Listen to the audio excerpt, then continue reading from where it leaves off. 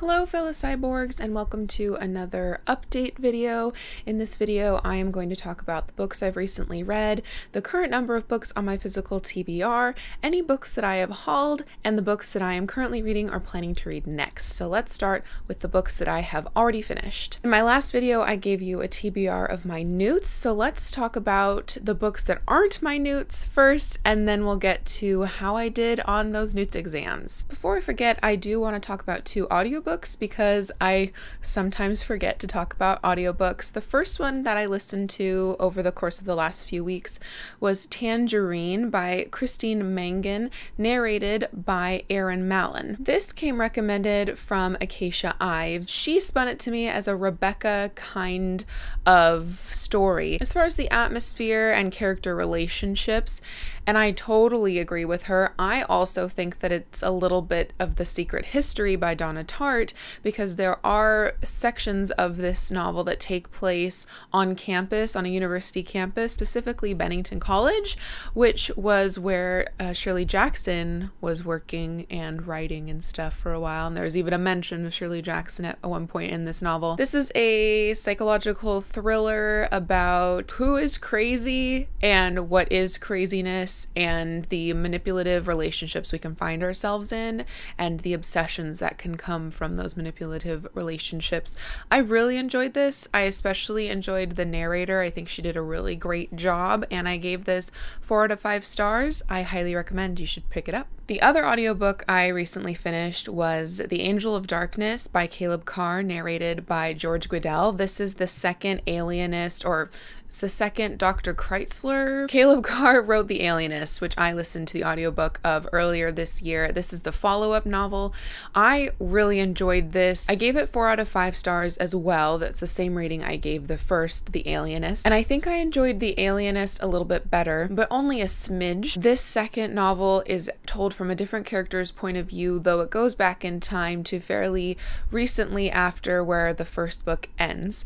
And I really liked how this new point of view character made us kind of question some of the characters we had known from The Alienist and question their behavior and personality. I also really enjoyed how this ended up being a case with a female murderer, which doesn't necessarily get into a lot of these crime stories. A lot of times it just focuses on the men killers, even though there are lady killers as well. Though I did think that the plot and the crimes that were involved were a little more convoluted and not as straightforward in The Alienist, so I think that's the only reason why I liked this a smidge less. But I still really enjoyed this audiobook, and George Guidall's narration is just amazing. I think he just somehow captures the rhythm and the characters just so well. This was an addictive audiobook. I found myself doing anything to listen to the audiobook. So if you haven't checked out either of these audiobooks by Caleb Carr narrated by George Guidall, I think you really should. The only other non-NEWT book that I recently read, I actually finished it this morning,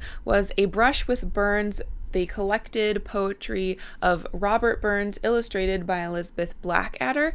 I picked this up in 2015 when I went to Scotland with my family, and I read half of it and then put it aside and never picked it up again. I decided to just pick it up and read the last 40 pages of this one today, and I'm glad that I did. To be perfectly honest, I'm mostly glad that this is off of my TBR shelf rather than I read this, because I am not Scottish, nor do I understand a lot of the Scottish slang, nor do I understand very well the written Scottish accent, so I feel like a lot was lost on me because I am not Scottish, nor was I listening to a Scottish person read these to me in front of a fireside on a cold stormy night. I feel like that would have been the perfect way to experience Robert Burns' poetry, and a way that a lot of people who love his poetry do experience it. However, I really like this collection. It pairs the watercolor illustrations of Elizabeth Blackadder, who is apparently a very famous Scottish artist. In 2001, she was appointed Her Majesty's Painter and Limner in Scotland, so she's a big deal as far as Scotland goes. So I really enjoyed the illustrations, even though they didn't all the time directly relate to the poems. And I really like what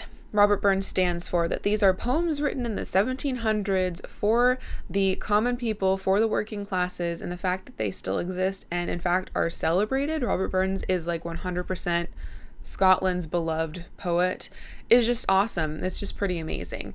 So I need to start finding Scottish friends who can read Robert Burns aloud to me when I pick this up in the future, but this will hold a proud position on my shelves. Okay, so let's talk about the NEWTs. So I planned on trying to get an acceptable in astronomy, a potentially outstanding in history of magic, an acceptable in charms, and an outstanding in transfiguration. Let's talk about the transfiguration success. For the acceptable, I read A House in the Country by Jocelyn Playfair.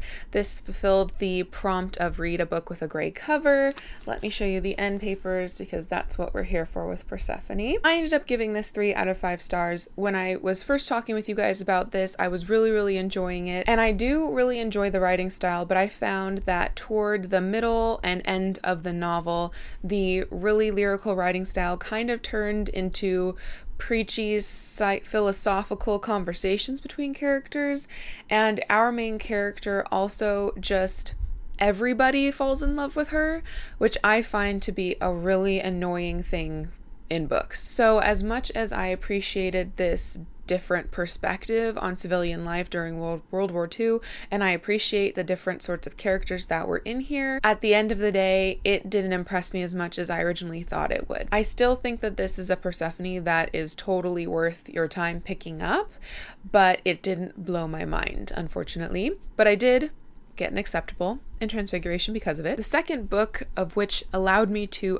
obtain an exceeds in Transfiguration was Three Tall Women by Edward Albee. This is a play, and this fulfilled the prompt of reading a new to you author. I have since unhauled this because it didn't impress me. I ended up giving this 2 out of 5 stars. This play is about reflecting back on a woman's life and kind of also exploring the aging process, but I thought that it was a very disjointed play. The first half is just has very different tone, very different feeling, very different purpose than the second half, and I also was just uninterested in this specific character's life, and I didn't know why we went back to examine her life. It ended up being a really messy, complicated life, and I guess a lot of people's lives are complicated and messy, but I just didn't jive with this one, so 2 stars into the donate pile, but I am glad that allowed me to exceed a Transfiguration. And finally, I did read The Snow Queen by Joan D. Vinge, got rid of those library stickers. This fulfilled the outstanding in Transfiguration. This was to read a novel with royalty or princes and princesses in it. This is called The Snow Queen, and it did have the Winter Queen in this, so I checked off this box. This is a science fiction retelling of Hans Christian Andersen's fairy tale, The Snow Queen, which sounds like an amazing premise, but I ended up only giving this 3 out of 5 stars as well. I really liked the world building of this. You are on the planet Tiamat, which has a very valuable resource, which is the water of life. It is the blood of these sea creatures called Murs that give you, in essence, immortality. The hegemony, which is a group of planets with a high-tech capabilities, travel through a black hole to get to Tiamat to export the water of life. Every 150 years, huge climate change happens on Tiamat. The summer people, who tend to live in the equatorial regions and are fisher folk and low-tech people, have to migrate north into the area of the winter people, which is more city-based, and they have more technological advances because of their trade agreements with the hegemony. So when this climate change happens, the Winter Queen gives up her throne to the Summer Queen, and the world kind of descends into technology-lessness. Because whenever this climate change happens, the black hole closes. I guess that's not the right term, but in essence, the hegemony can no longer travel through the black hole to Tiamat. So for 100 years, they are marooned, no longer have visitors from elsewhere in space, and their technology and civilization progress suffer because of it. So this Winter Queen named Arianrod is ambitious and does not want to give up her throne, does not want Tiamat to always remain technologically dependent on the hegemony, and wants to make that technological part part of her world survive through the next 100 years, and she has a plotty plot. She has a schemey scheme, which is to create a clone in her own image that she can groom to become the new Summer Queen, but uphold Arianrod's ideals and political goals. This clone is Moon. She's our Gerda character, and she has a cousin named Sparks, who is our Kay character, and Kay ends up getting involved with Arianrod's plots. We also have some other characters who are off-worlders. They are not native to Tiamat who come into play. Specifically, there is a police inspector lady named Jerusha Pelathion and her lieutenant BZ... what's his last name? Gundalari? Something like that. You get to learn about the cultures on Tiamat with the Winter People and the Summer People, and also some of the cultures of planets of the hegemony. But unfortunately, I mean, that's all great and amazing, and I really liked the world building, but Moon and Sparks, the Gerda and Kay characters, were just super annoying. So annoying. I kind of go back and forth because I feel like the Gerda character in Hans Christian Andersen's fairy tale is one of those heroes where all they have to do is be exceedingly kind to everybody, and then everybody does the work for them on their quest. And the Moon character in here was the same. She was just the beautiful cinnamon bun, too sweet for this world, that everybody loved, and she could practically talk to animals, and so she got people to help her along her journey. While that matched up with the original fairy tale, it was super frustrating and boring. Kay in the original fairy tale gets a shard of the Snow Queen's goblin mirror stuck in his eye and his heart, and it makes him see everything as ugly, and it makes him just a terrible person. And then he goes to live with the Snow Queen, and he becomes like an ice zombie, and through the love that Gerda has for him, he cries out the shard and melts the shard in his heart, and then he becomes Kay again. There's no goblin mirror in this one, so instead Sparks is just an emo kid who doesn't know his dad and doesn't feel like he fits in to his community and is just going to go have angsty fits about it. Also annoying. So I recommend this. I don't think it stinks, but Moon and Sparks do. And I really want to read the follow-up to this because it follows the character of BZ, who was one of my favorites, and hopefully doesn't talk about Moon and Sparks at all. So yes, this was interesting, to say the least. I recommend. It's so strange. A sci-fi fairy tale retelling that isn't the stinking Lunar Chronicles, which are not good. All right, so I blathered a lot about Transfiguration and the Snow Queen. Let's blather a little bit less. For History of Magic, I only got an acceptable, which I'm okay with. This fulfilled the prompt of reading a book that belongs in the Hogwarts library. I finished Joe Walton's An Informal History of the Hugos, a personal look back at the Hugo Awards 1953 to 2000. I ended up giving this 3 out of 5 stars. My feelings that I shared in my last video held true for the rest of this book, which is that I really wanted to just read Joe Walton's reviews of these books, and there wasn't enough of that in this because about half of this book are lists of nominees and then comments from people that originally commented on the blog posts with more lists of things to read. I'm not interested in lists of things to read.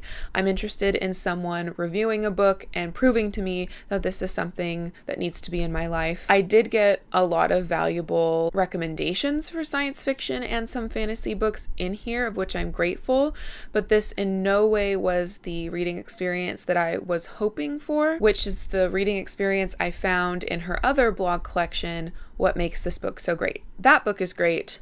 This one disappointed me, but I did get it an acceptable in History of Magic, so woo! I also received an acceptable in Charms, which was to read a book with magic in it, and I already explained how I'm cheating and saying that Emily of New Moon has magic in it because she's super imaginative. I ended up giving this 3 out of 5 stars as well. So I really enjoyed the beginning, but as we progressed, there was very little character development which bothered me a lot, specifically character development between Emily and her main caregiver, Aunt Elizabeth, who was very crotchety and didn't understand or empathize with Emily at all. And it was only at the 11th hour that they at all came to some sort of understanding. But then the narrative immediately tells you but that it didn't really matter because they still fought about stuff. I felt like this book was very, very critical of adults. I just felt like there was so much miscommunication that it was just at frustrating levels of adults not understanding kids and kids not understanding adults and the narrative not caring. There were also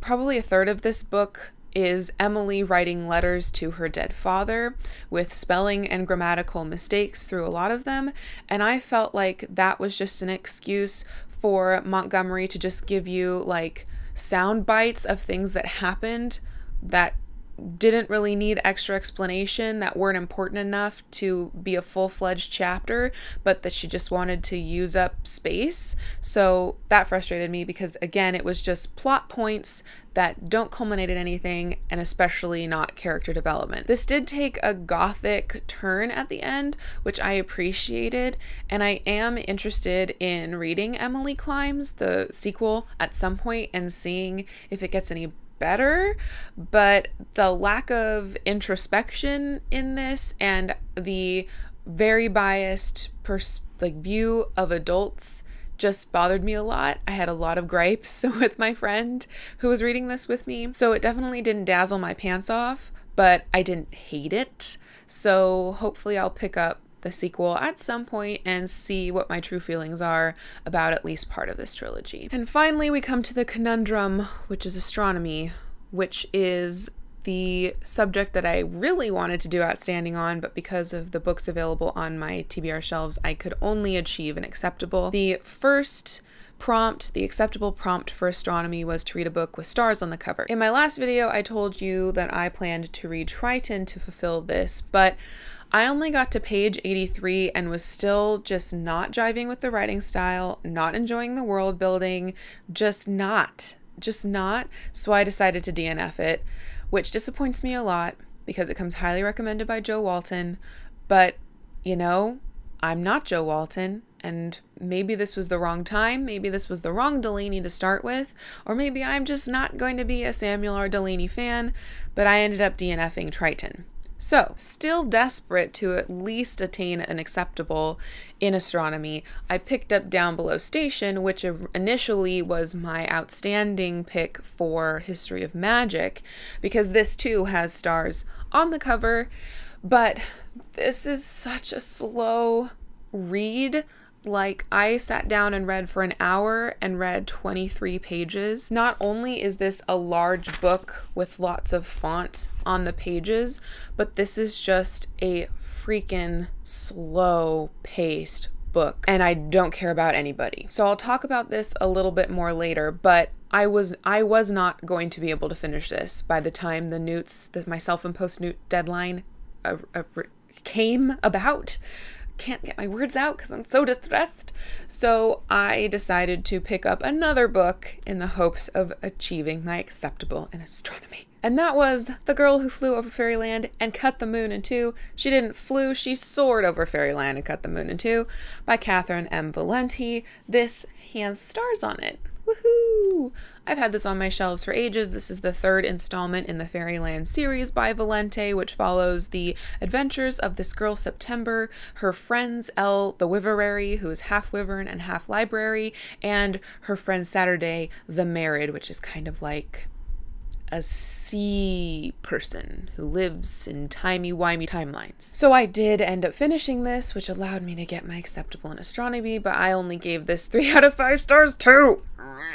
I enjoyed this more than the second volume because in the second volume, Elle and Saturday aren't really present, and I liked how they were present in here, but there were quite a number of transitions between episodic adventures in here that just confused me, and I didn't understand like the physics of the situation. And in Fairyland, physics is it's not a thing, you know. It's like things don't have to follow any rules of physics, but this just took it a stretch too far. I also thought that the big reveal at the end was very weird, and it kind of went to like gory places in this, which was also strange. And then there was also like a cliffhanger at the end, which didn't help my satisfied feeling toward the end. So I do plan on continuing with this series at least to the next book, which I hear is as good as the first. So I did finally end up getting my acceptable in astronomy, but alas, it was not a book that I loved. So Yes, I got an acceptable in 3 categories: astronomy, history of magic and charms, and I got an outstanding in transfiguration. So I did complete and succeed in my NEWTs, but I did not find any books that I loved or liked a lot in my journeys, which is unfortunate. Hopefully, future Amanda can edit this really well because it's long. Let's talk about the books I've acquired. I have acquired 4 books because good reasons. We'll find out. This is Poems Bewitched and Haunted, an Everyman's Library Pocket Poets, edited and collected by John Hollander. I have had my eyes on this Halloween poem collection since high school probably, but just haven't ever picked it up. And I suddenly decided, it was very abrupt, that I needed this in my life. So I purchased it and I'm currently reading it and I'm enjoying it. And yes, so Halloween poetry, it's good stuff. I also purchased The Bird's Nest by Shirley Jackson. This is one of the books that Acacia and I have told ourselves that we are going to buddy read this year. I didn't have a copy already on my shelf, so I decided to get one so that at any time we could pick it up and read it. We are planning, I think, on getting to this in early November. And then I purchased the first 2 books in the Chronicles of Barsetshire series by Anthony Trollope, which is The Warden and Barchester Towers. I will be reading this for Victober. Super excited. And so again, I just needed to have copies on my shelves because I wasn't going to get these from the library. I want to own them, and now I do. And hopefully I will really enjoy reading both of them next month. All right. Final thing on the to-do list is to talk about the current number of my physical TBR and the books that I plan on reading soon. So the current number is 52, so I am 4 down from last time that I talked with you, but then, and I acquired 4, so I got rid of 8 from my TBR, but then I added 4, so, you know, that's pretty good. I am feeling kind of the crunch time for the getting the thing down, and I have the full intention of not buying any more books this year. I don't have any pre-orders. I'm not super looking forward to anything. So hopefully I will just have gifts at the end of the year to prepare for, and I will not sabotage myself by buying new books moving forward. Hopefully. The books that I am currently reading and will be reading, let's get to that next. As already mentioned, I am currently working my way through the Poems Bewitched and Haunted, and I will be finishing this by Halloween. And I'm also still working on Down Below Station by CJ Cherryh. A large part of me wants to DNF this because I am doing anything but reading when this is on my reading docket. It is so incredibly slow, and I'm not interested or invested in anybody. But here's the deal. This is part of the, I think it's the Union Alliance novels that CJ Cherryh has written. Let me confirm. The Alliance Union universe. And I have been told, mostly by Joe Walton, this gives you a lot of world building and setup for other novels that are more fun to read. So because I really enjoy CJ Cherryh as an author and intend to read more of the Alliance Union novels in that world, I feel like I need to get through this just to have that background of the world so that everything else is just more fleshed out and enjoyable. I intend to push through, and I need to finish this by October, and then I don't have to read it again. Or maybe I'll care about it more after I read more books in the series.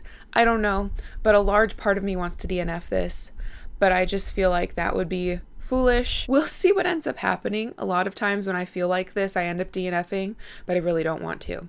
Intellectually, I don't want to. Emotionally, I do. Spanish Heritage Month is coming up. I heard about this from Sarai from Sarai Talks Books.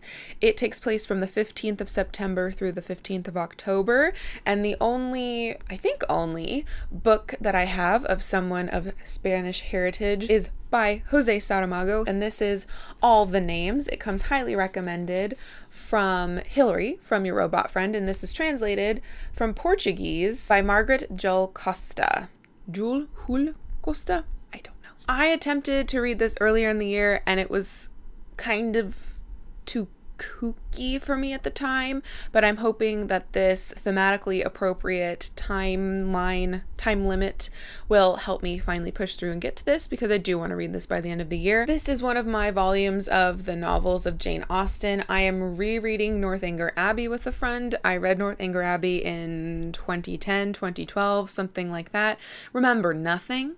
And so decided that it would be a good time to reread this. Rereads do not help with the TBR challenge, but you know, I'm doing it anyway. So Northanger Abbey will report back. And because most of those novels actually feel like chores instead of things that I'm really eager to read at the moment, and because I've been going in later to work and therefore my anxiety has made it really hard to focus on reading in the morning, I decided to pick up a children's book in the hope that that would get me reading in the morning instead of just watching all the BookTube videos and reruns of BookTube videos and just not working on the reading part of the being a reader. I have Time Cat by Lloyd Alexander. This is a children's book about a cat who can time travel, and he takes his boy master with him. I barely started this last night. I'm hoping to get through it fairly quickly so I can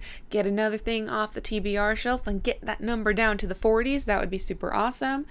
And yeah, hopefully the cats will be great. Hopefully there will be more than one cat. I don't know. So thank you for sitting and listening, or maybe you're walking, I don't know, for just being here and listening to me talk about books. I wish that I had 5 stars to report to you, but it was like the audiobooks were the best thing this month, which is fine. Audiobooks should sometimes be the best thing. But you know, when you want to get through your TBR, you're hoping you're having gems there, and that you bought things in the past for reasons, and that you made good book decisions, and that you knew what was going to work well for you.